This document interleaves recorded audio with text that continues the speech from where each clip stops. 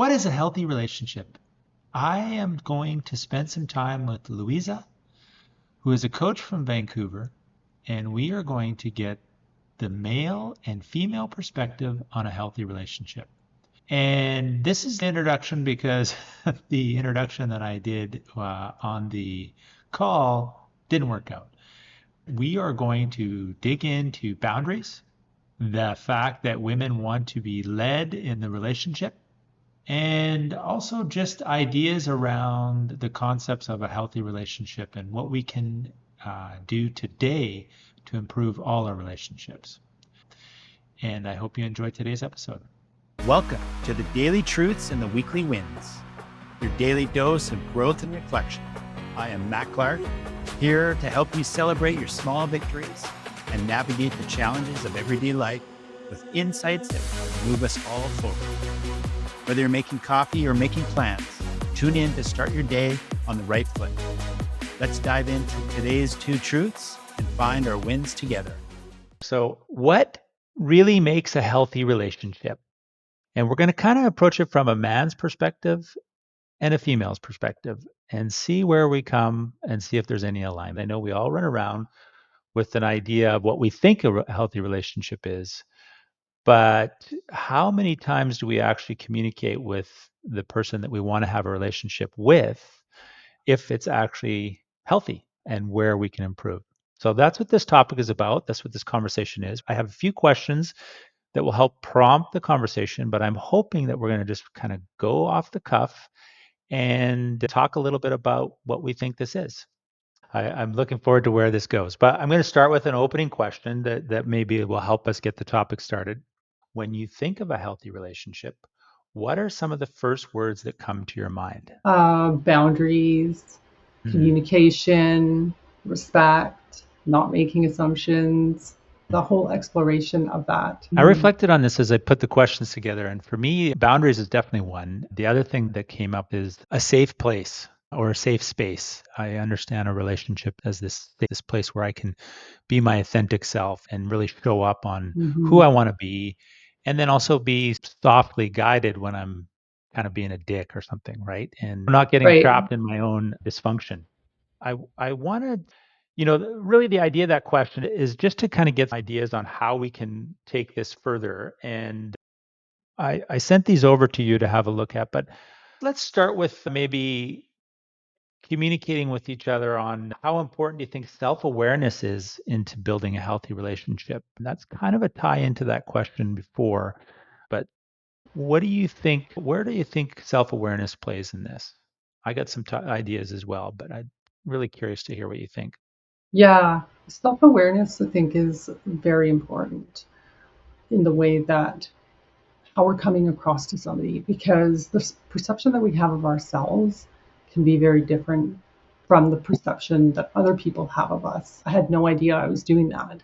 Mm, So I feel like self awareness has a lot to do with getting to know yourself and going into a deep mm, exploration of, do I really know who I am? What are my values? What do I value? And when I go out there, how am I wanting to show up in the world that's going to be showing those values, whether it be respect or kindness or connecting with somebody in a way that is going to have a positive impact on them and expanding positive love and who you are about onto someone else and actually bringing some kind of learning to them or not learning necessarily, but enhance their life in some way. If you are in a place where you're self-aware, but you actually, like I think of some of the things that I struggled with in the past is, and as I moved towards learning how to set boundaries and express my needs, I almost kind of went to the other extreme where that Mm, self-awareness was like, I am not going to, you know, accept that, or I am, so I've been talking a lot and thinking a lot about that. And how can you make boundaries? Are they these lines in the sand or are they permeable, right? Because I think, as I reflect on a healthy relationship with that safety perspective, we can have a boundary, but sometimes maybe that person we're in relation with needs to cross that boundary a little bit to be able to express themselves. And I mhm. think we need to be able to express that and say, hey, I can let you do that in this situation, but know that that's kind of pushing me out of my comfort zone, and that we have to come back to sort of a balance at this, because it opens me up to accepting someone's differences a little more. How about you? How does boundaries come up for you? Yeah, being female, That's what I'm I looking think, for. yeah, for a female, that is everything. Her being able to feel safe. So if she feels Mm, like her boundaries are being crossed, she's going to feel a certain way about that, whether she knows why mm, she feels that way or not. But for mhm, me, I know in my past relationship, I felt a certain way. I felt like I was being the good wife and I was respecting my husband and giving him the trust that, and by doing that, helping him to feel like he was the leader. I would trust him with finances and things like that. But there was a mm, certain way that I started to feel about certain mm, things where I was no longer feeling included in decisions. I'd find out later that things were decided, like maybe financially, or something was done without my knowledge, and then I was told about it later. mm, And I started to mm, feel a certain way about that. And I was like, oh, why do I feel this way? Because it doesn't feel mm, good. Back then, I didn't really know about boundaries, or is it okay for me? Is it safe for me to express this? And I felt right. like because what I had seen my parents in their marriage, I felt Yeah. that you're not supposed to question the man, or you're not supposed to say how you feel, because then you're challenging him. And that's not a good role as a wife, and not realizing that until maybe later. And then going into an exploration of, when I speak out, or when I go to speak out, am I going to be heard?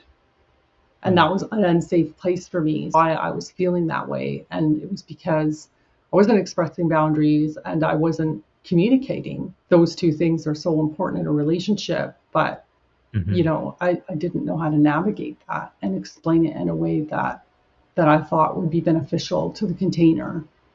Yeah. It's interesting because I had a very similar experience in my past relationship. And part of it was that it ties into that self awareness of understanding what my boundaries were. And then also the courage to be able to express that. And I think a big tip from this is that communication is important, and our ability to respectfully our boundaries. And then also understanding that that may come with a perspective from the person we're in relation with, and then learning to, sort of see where it fits, I guess is the best way, right? Mm-hmm. From a male's perspective, as I move into this, having more courage and a stronger ability to express my boundaries or my needs, it's really getting comfortable with maybe, I'm going to say, my partner. I'm looking at that relationship specifically. It's really getting comfortable with her being a little uncomfortable, and then trying to be curious on where that's coming from, so that I can honor myself on what I'm working towards, but two, also honor the emotion that she's feeling. And then hopefully through that open, courageous communication, we can find a path to sort of navigate that. What do you think about that? That's my take on it, anyways, on that awareness piece. Yeah, having both people be aware. And then Hmm. you said to being comfortable with her being upset, because I think that a lot of couples think that we have that Disneyland fairy tale kind of story where it's, oh, we connect, and if our connection is good, then we won't have any conflict, or we'll totally understand each other and we'll finish each other's sentence and everything will be like rosy and bliss and everything. That's like a programming that we have from society and from the Disney world. They dream of their wedding and the prince who comes to save them and all that kind of stuff. So, in saying what you're saying about the being okay with her being upset, realizing that people are complex, that relationships are built on getting to know each other, and that's going to take time. 2 years or even 5 years that we're with them, things change, people grow, and then being able to come together, have those conversations where each person feels heard and they're able to have those hard conversations. that's where the learnings are going to come, and then the growing is going to come together, and you're going to continue to be able to grow together. You start separating and not understanding each other, and one person's going faster than the other, and then there's a misalignment, and you can both feel that things get into trouble. Oh, okay. I Yeah. want to save that misalignment, one person's going fast than Mm-hmm. another, for the next question, but I'm going to ask you, so from that piece, Mm-hmm. my tip was, so I do want everybody to sort of come away with some tactical tips out of this. So Yeah, for the tip sure. on the self-awareness is, for me, is that there needs to be, that as a man, we need to be comfortable with our partners being uncomfortable and Mm-hmm. or Mm-hmm. upset, so that we can approach that conversation with curiosity instead of just trying to fix that.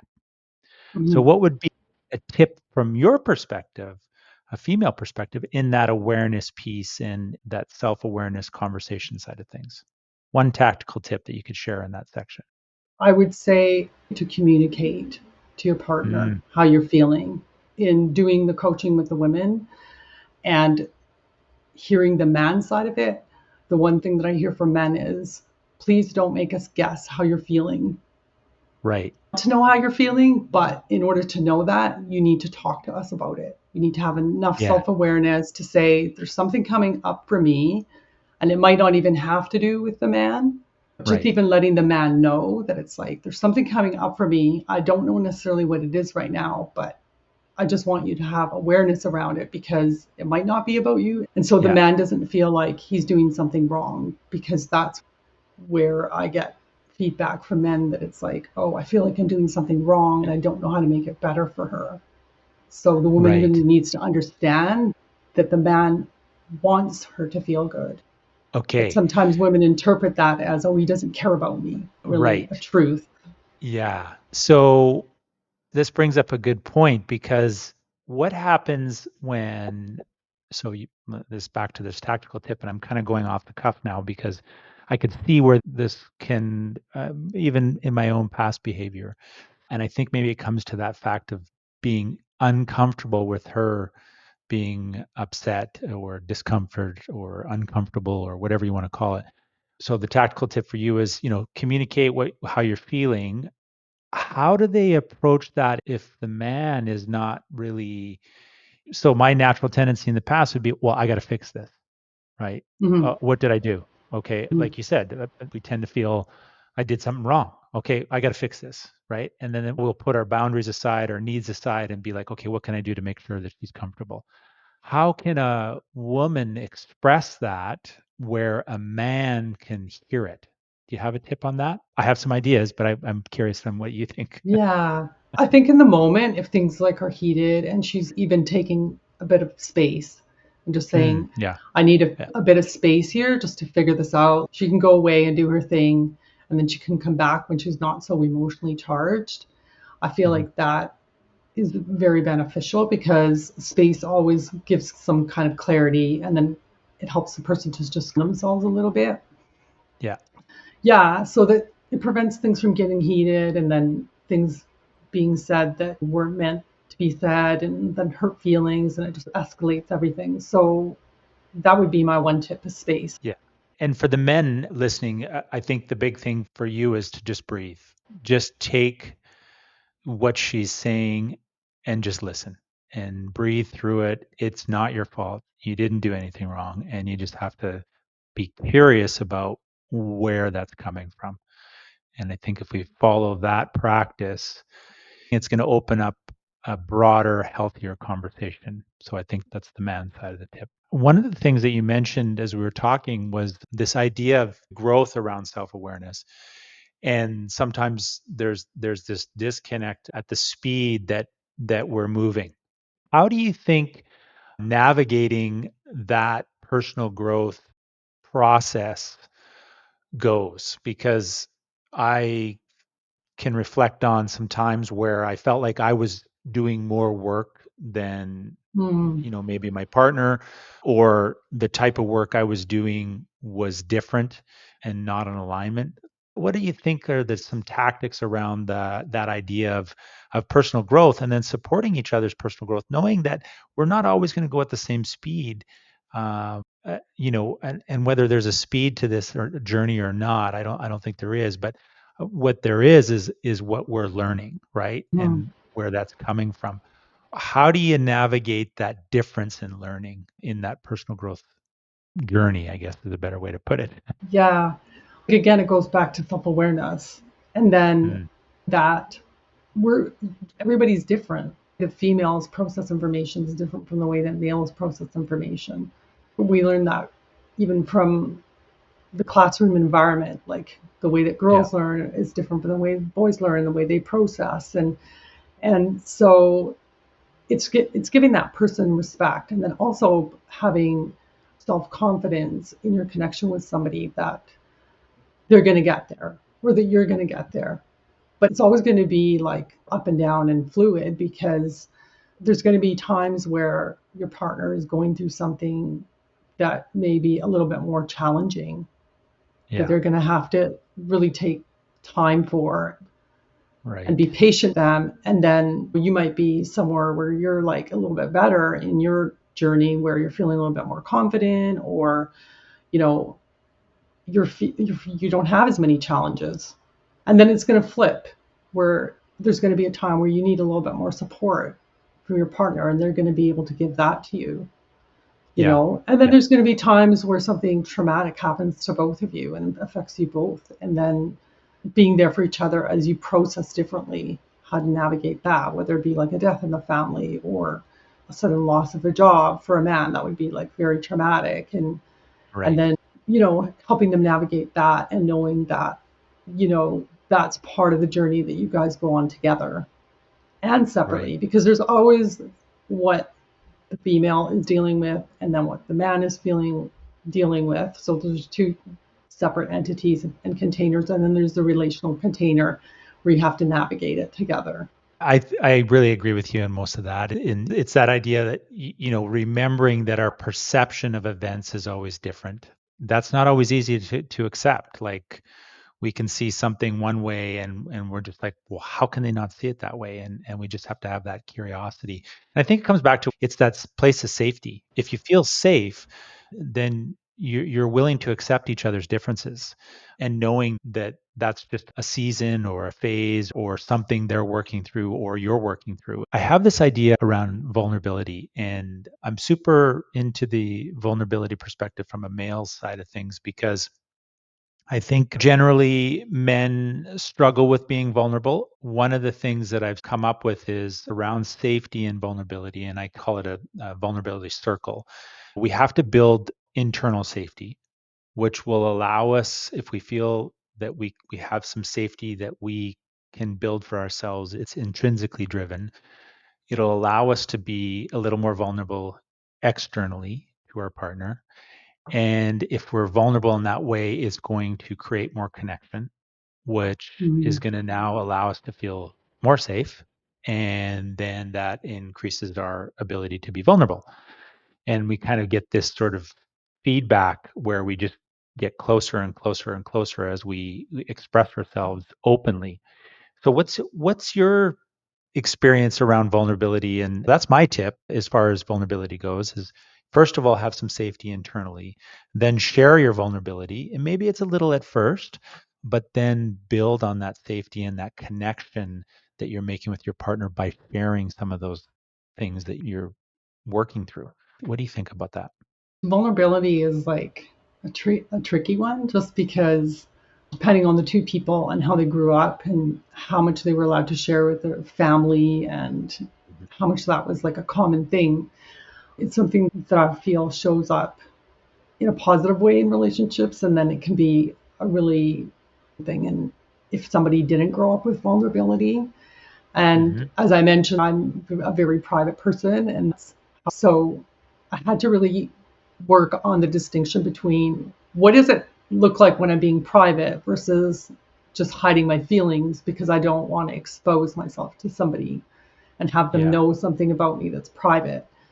Yeah. And so I feel like it takes two very mature people. And again, that self-awareness piece of when somebody's sharing with you, realizing that even with realizing that when men share, because of the conditioning of society too, and how men aren't supposed to cry, and if they cry, it's like a kind of demonstration of weakness.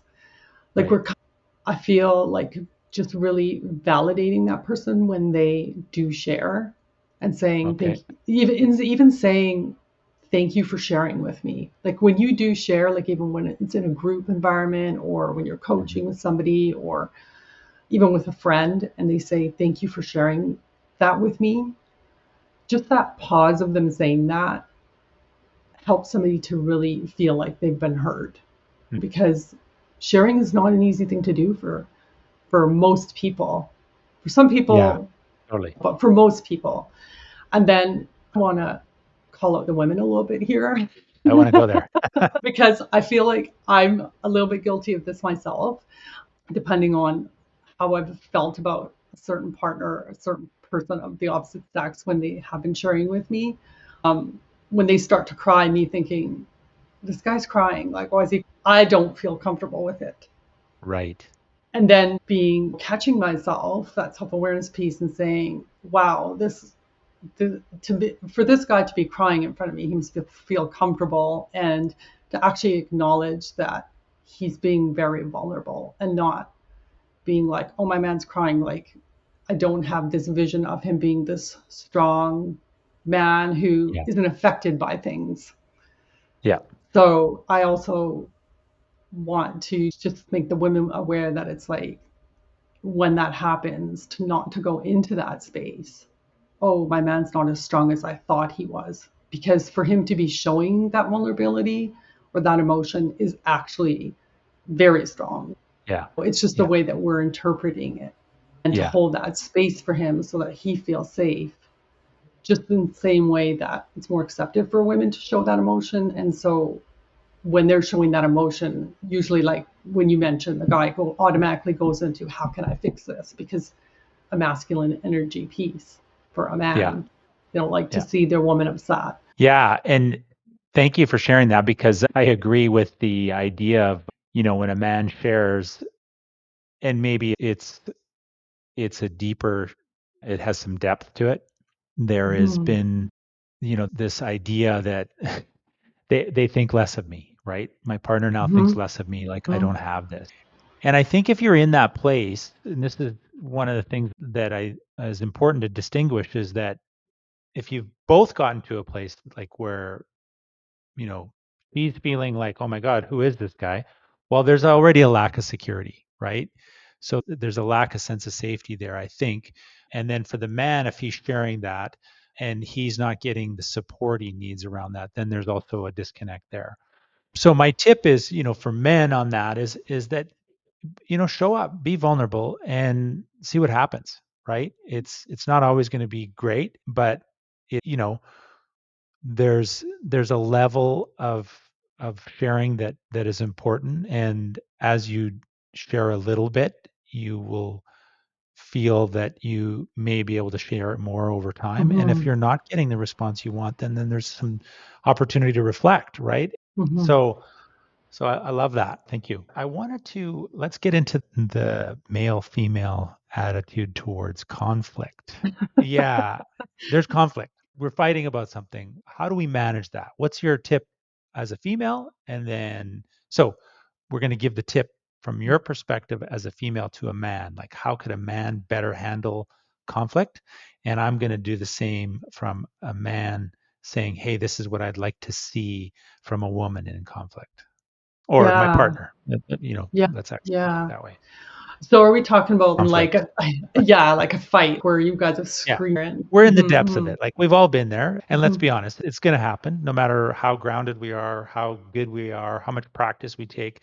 Shit's going to come up and we are going to get triggered. We could be tired. We could be this. We could be that. All the things that come along with it. How do we navigate that with some healthy boundaries Yeah. Yeah. and not continue down that dysfunctional path? Yeah. So I think one of the things is, I think when emotions are rising and things are heated, that it's really important to I think using your breath.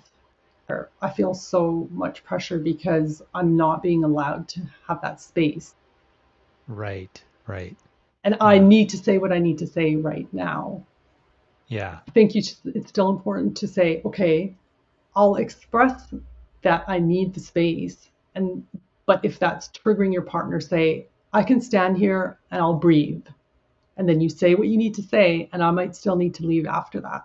But I Hmm. will give you the 10 extra seconds or the 20 extra seconds so that so that your partner doesn't prevent further injury than to stay and continue Right. to have this kind of unproductive, toxic exchange with a person that could cause further harm. So my tip is just both people be realizing that taking the space, it doesn't mean that you're not going to be heard, but it Yeah. might be better to come back when it's not so.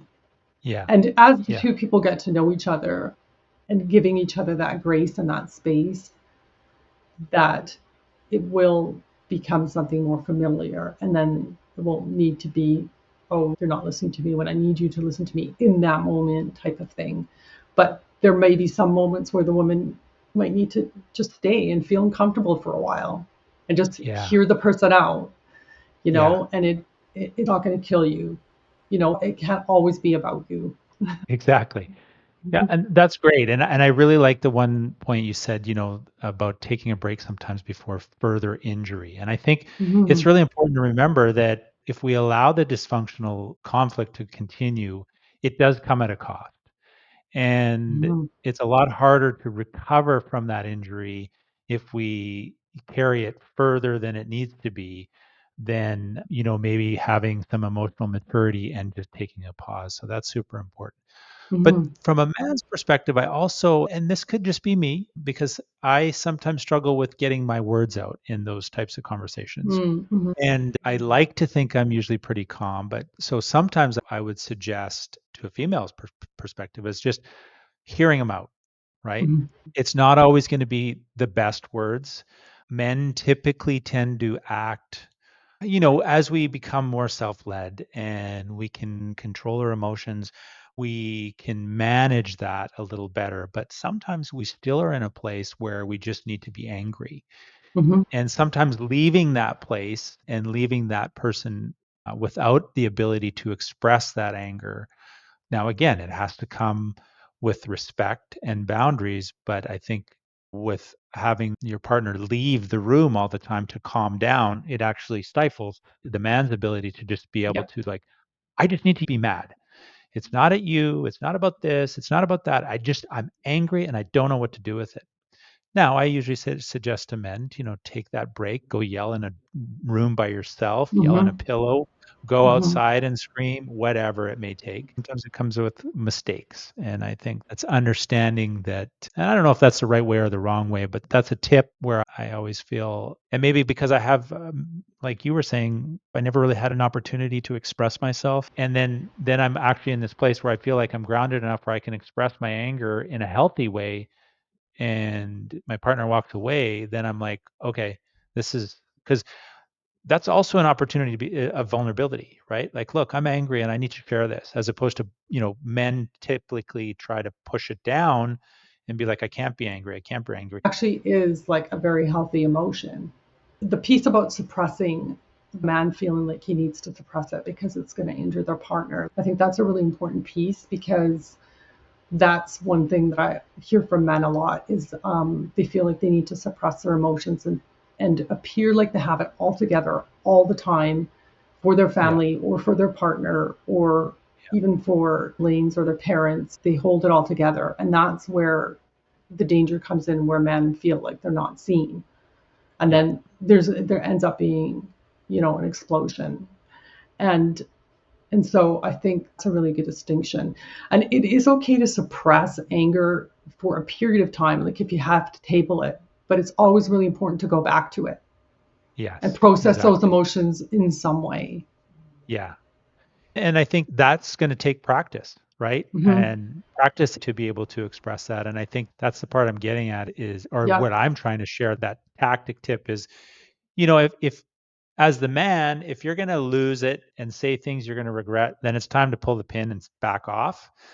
But if you can sit in that anger and express it in a healthy way and process it, then there should be space allowed for that.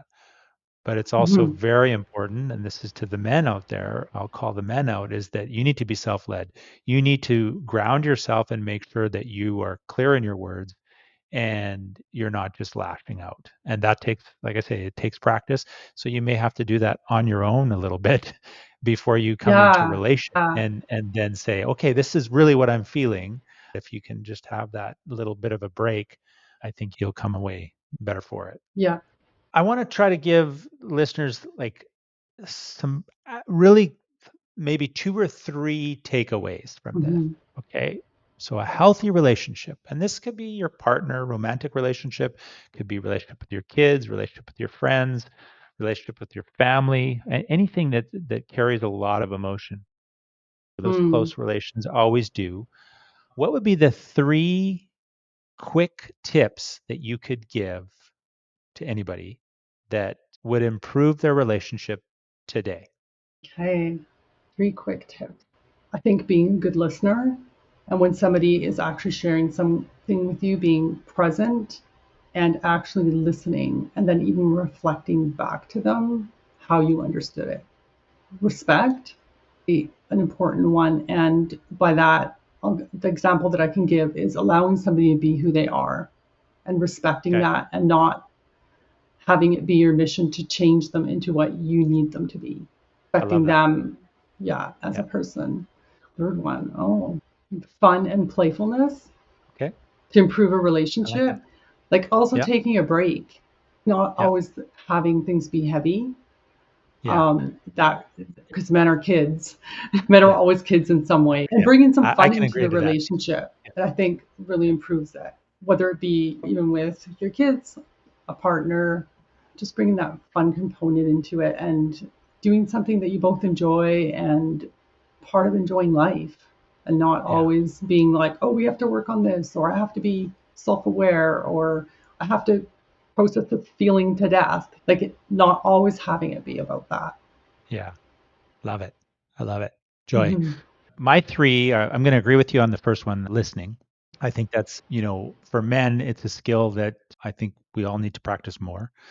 So it's like top of my list. The next one is sitting down and dealing with, like, I call it a needs conversation. And I try to have a needs conversation with my partner regularly.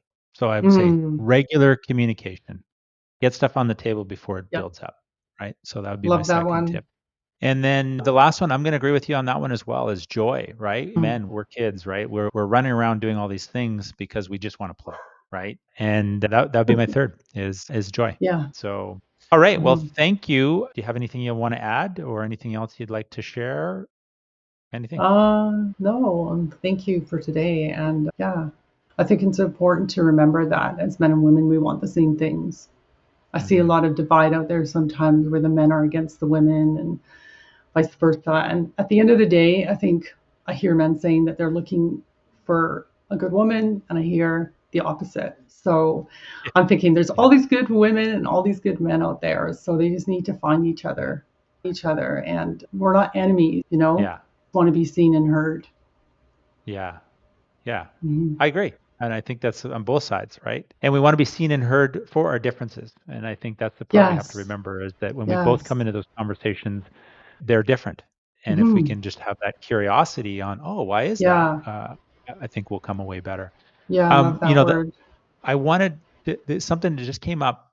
I started to talk a lot about this with my clients because I work with men, and it's leadership. And what's your Hmm. take on this? Is kind of a last minute question, and I'll probably drop it in somewhere in the clip. Hmm. What's your idea about a woman wanting to be led a little bit? Because sometimes I talk to men Hmm. about, we are told right now culturally that, maybe be passive. And I think that's why there's a lot of this aggression and Yeah. anger that's not being expressed, where sometimes, I say to men, just like lead the direction. Like if you're both Yeah. stuck and you're not doing anything, like come to the table. Like that's why I was saying the conversations every week. What do you think a woman's take on that is as far as being led a little bit on the direction of where things are going? I'm so glad you brought this up because I didn't feel like at the end I was just like, oh, we didn't really touch on like the masculine, the feminine. Yeah. I coach a lot on feminine, like it's one of my favorite subjects because we tend to think that when we say the word feminine, it has a tone of weakness or disempowerment to it. But the feminine can be very powerful in a relationship if the woman stays in that feminine energy, which is like the creative energy, the playful energy, the nurturing energy. For a Mhm. man, he's very attracted to that. He finds that Mhm. very attractive. To allow your man to be in a place where he can make a decision and then you just follow. And there's a trust piece to that, like really Yeah. trusting Yeah. your man to lead you in the direction. And that's something that you get to do over time where the man shows you that he can be trusted, but then, yeah, just allowing him to do that. And it's actually creates a lot of safety for the feminine when the man Right. takes, I hear a Yeah. lot when even women are connecting and men are connecting in the dating realm that the women's just, I just want the man to take the lead. I want him to plan the date. I want him to pick the restaurant. I don't want to make any decisions. I just want to Yeah. see that he can actually take charge of this. And that Yeah. even though they They do don't have a not know car. Yeah. it, they want to be led. So Yeah. yes, I would encourage men to take the lead. You know, if you say you're going to call, say, I'd like to go on a date on this day, and then like to stay true to your word, like all of that stuff. Women find that kind of stuff really hot. Okay. That's a good one. All right, man. Out there really hot.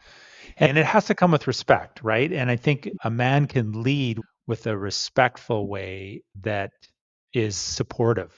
And I think for women, what I recognize is, and I can only imagine, it feels like the world is on your shoulders now. Like we've kind of told men to sort of be passive and just Yeah, listen and do what they're told. And then the women are like, oh, you can be strong and you can do all this on your own and that kind of stuff. And I think okay, we've kind of lost the balance, right? This is a really good opportunity for us to reconnect and actually support each other.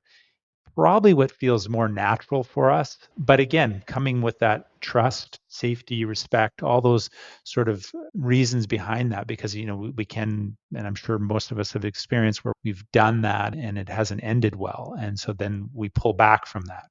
But I think it's yeah. important to keep leaning into that and just find someone that's going to support you in it and it'll work, right?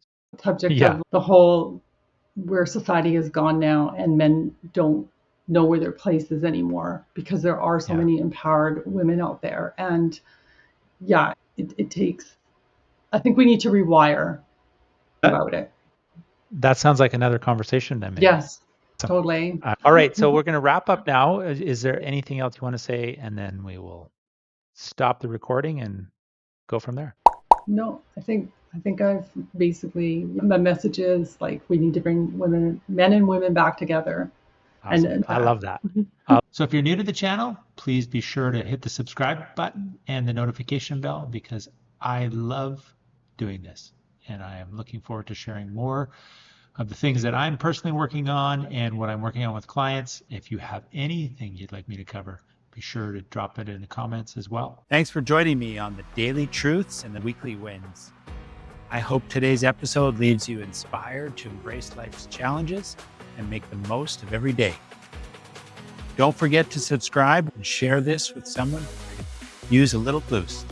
Join me again for more insights and encouragement. Until then, remember, progress, not perfection. Keep striving, keep growing.